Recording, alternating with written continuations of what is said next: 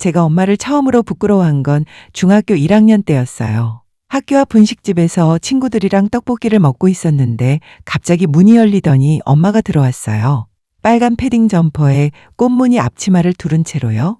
재래시장에서 반찬 가게를 하시는 엄마였는데 일하다 말고 제가 학교 끝날 시간이 됐다 싶으셨는지 그냥 달려오신 거였어요. 밥은 먹었어? 오늘 김치찌개 해놨는데 친구들이 다 보고 있었어요. 얼굴이 화끈 달아올랐어요. 엄마, 나 지금 친구들이랑 있잖아요.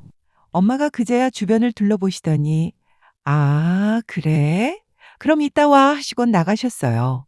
가시면서 앞치마 끈을 만지작거리시는 게 보였는데 저는 그 뒷모습을 보면서 그냥 빨리 사라졌으면 좋겠다고만 생각했어요. 그때는요. 엄마는 경남 통영 출신이에요.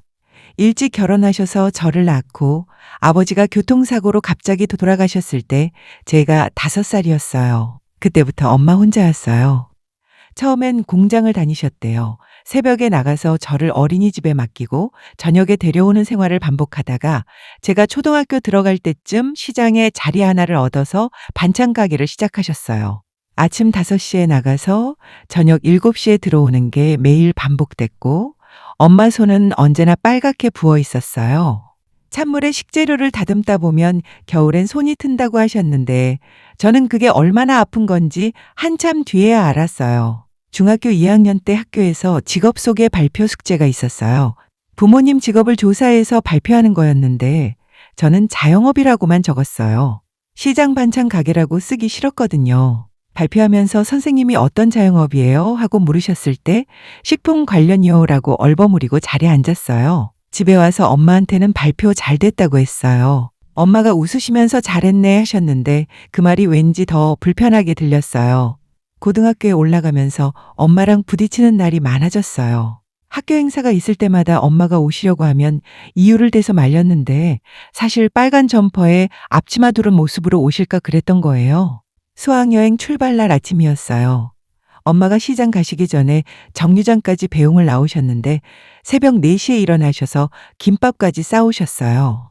아침에 배고플 것 같아서 친구들이 다 보고 있었어요.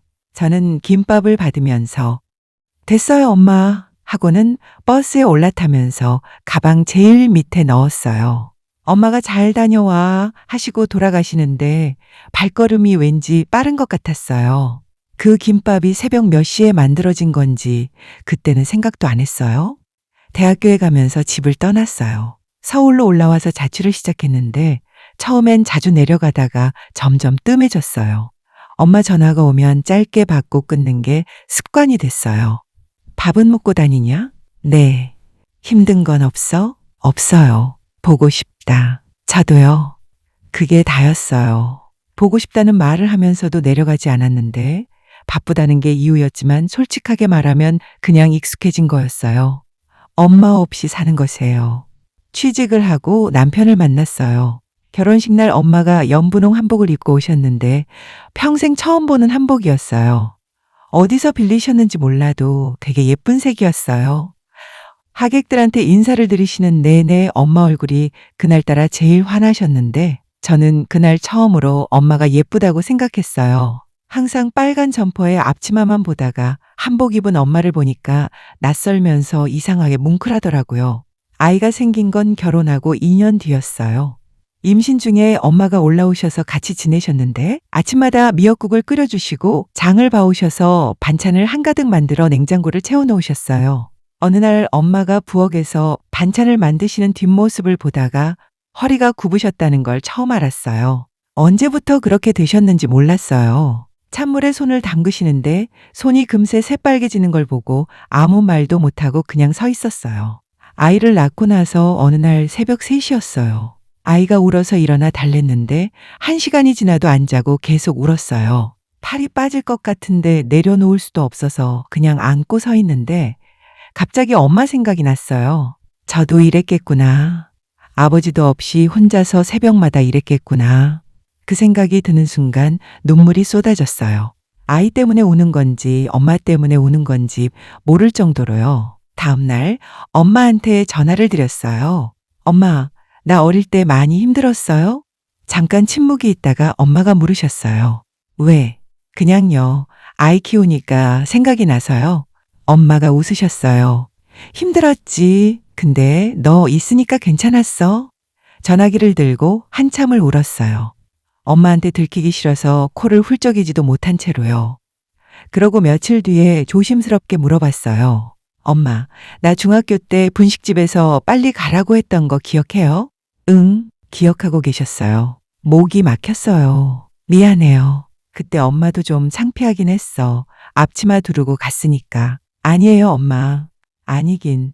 근데 내가 밥 먹었는지가 더 궁금했어. 그게 더 컸어. 그 말에 또 눈물이 났어요. 앞치마 두른 자신이 창피하다는 걸 아시면서도 그래도 딸이 밥 먹었는지가 더 궁금하셨던 거잖아요. 저는 지금 아이를 키우면서 엄마를 자꾸 흉내내고 있어요.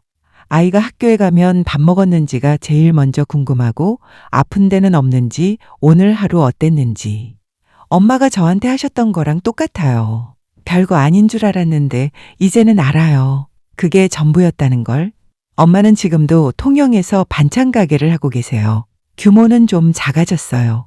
나이가 드시면서 예전처럼 많이 못 하시거든요. 가끔 내려가면 엄마가 제일 좋아하시는 게 아이를 안는 거예요.